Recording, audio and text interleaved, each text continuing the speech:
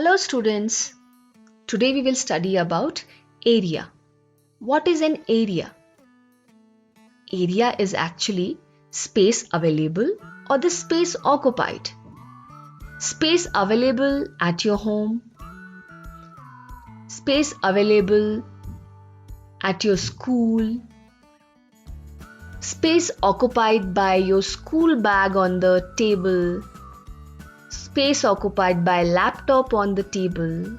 So basically, area is the space occupied. Okay? Here, the space occupied by this book is this much. Space occupied by this bag on the floor is this. Space occupied by this jar on the floor is this. Space available in the foyer of your school is something different, but the space occupied by this pick is this much. So this is among these four, this is the biggest space occupied, this is the smallest space occupied. So this is the biggest area, this is the smallest area. But how to measure it? How big is this? What is the unit of it? How big is this from this? How big is this from this? What is its own measure? So how to measure area? This is what we are going to study in this video. So please see carefully. See, to measure lengths we have many units. Just like millimeter, which is this much, centimeter, which is this much. We also have this unit, which is inches.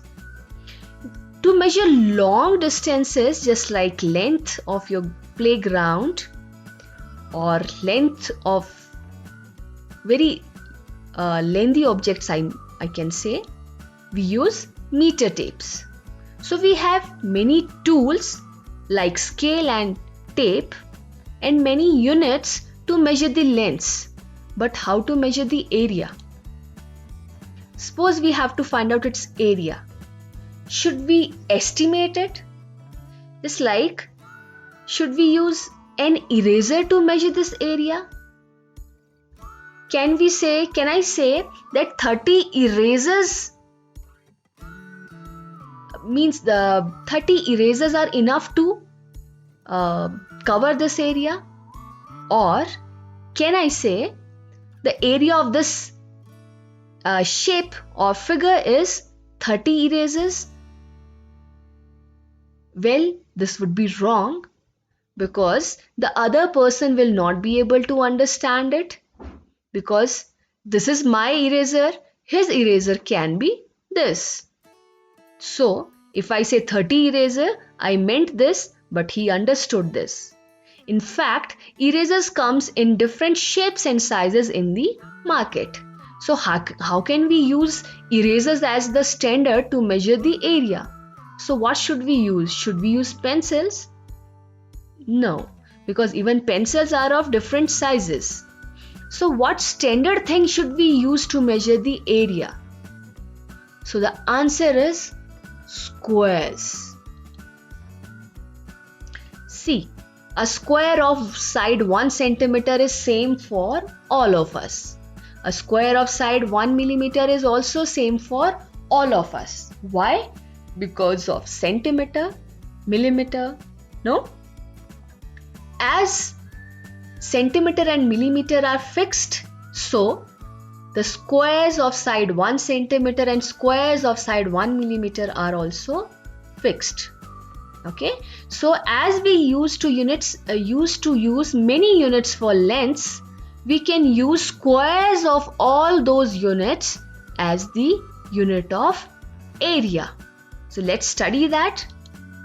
What are we going to study? Squares as units of area. Suppose we have this shape.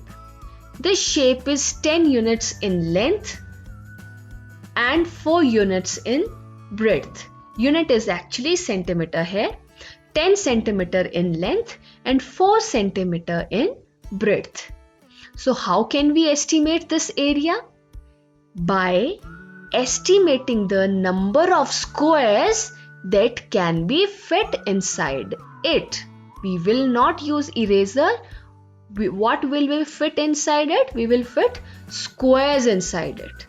Okay, so as this side is 10 centimeter from here to here, so 10 squares can be fit here. Let's see. 1, 2, 3, 4, 5, 6, 7, 8, 9, 10. And as this breadth is 4 centimeter, so 4 squares can be fit here. So one is this, second, third, fourth. So how many squares can be fit in the full figure? I need not to make them. You can see that these were 10. Again here they will be 10. Again here they will be 10. And again here they will be 10. So these 10 squares will be 4 times. No? See. 10, 10, 10, 10. Okay. So basically the area of this figure is 40 squares of side 1 centimeter. Yes, this is how we measure area.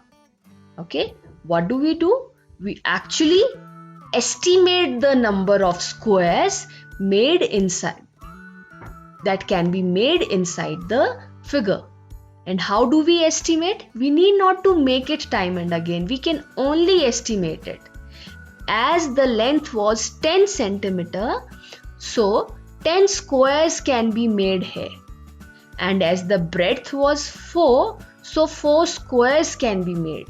Okay, or we can say these are 10 and these 10 can repeat themselves 4 times because this was 4. So length gives us an idea how many squares can be fit along the length, and breadth gives us an idea how many times those squares can repeat themselves. So by looking at the length and the breadth, we can estimate the number of squares inside the figure. And by estimating the number of squares, we can actually tell about the area. As here, the area is 40 squares of side 1 centimeter. Okay. The short form for this is also available here, as it is too lengthy to write. So, as in maths, we use small symbols, no? Just like for word equal to, we use this symbol, no? For centimeter, we use cm. So for such a lengthy one, we have one more way to write it, that is 40 square centimeter. So area is 40 squares of side 1 centimeter or 40 square centimeter. But the meaning is same. What is the meaning? Whenever you read it, you should read it like 40 squares of side 1 centimeter. Means this is how you have to understand it. Okay. So 40 square centimeter means 40 squares of side 1 centimeter. There is one more notation available for this, which is used in senior classes, which is this. This is again read as 40 square centimeter or 40 centimeter square. So here the area is 40 squares of side 1 centimeter. Okay. Now let's take this figure. This is again a shape, okay, which is 4 inches in length and 2 inches in breadth. Okay, as this is 4 inches in length, so 4 squares of side 1 inch can be made along the length. How come? See, 1, 2, 3, 4. And as the breadth is 2, so this 4 can repeat themselves 2 times. So area of this figure is 4 2 times. No? 4 2 times. So area is 8 squares of side 1 inch. So they are actually 1, 2, 3, 4, then 5, 6, 7, 8. 8 squares of side 1 inch, which can be written as 8 square inches, meaning 8 squares of side 1 inch, or the one more notation is 8 square inches. Okay, so this is how we find out area. Now, what is area of rectangle? See, length gives us an idea how many squares can be made along the length, and breadth gives an idea how many times those squares can repeat themselves. So actually, length into breadth gives us an idea about the total number of the squares. So area of rectangle can be obtained by L into B. We need not to make squares every time. We can easily estimate it by multiplying length with breadth. Okay, and here in a square, as length is equals to breadth, so we can write side into side gives us the area of square. This side gives us how many squares can be made along this direction, and this gives us an idea how many times that can repeat itself till the bottom. Okay, so this is how we find out the area of rectangle or the area of a square. This is all for this video. I suppose you understood what do we use as a unit of area. So there are two basic things. We use squares as the unit of area, and the second thing is area of rectangle is this and area of square is this. We can easily estimate the area by using these two shortcuts. That's all for this video. Thank you.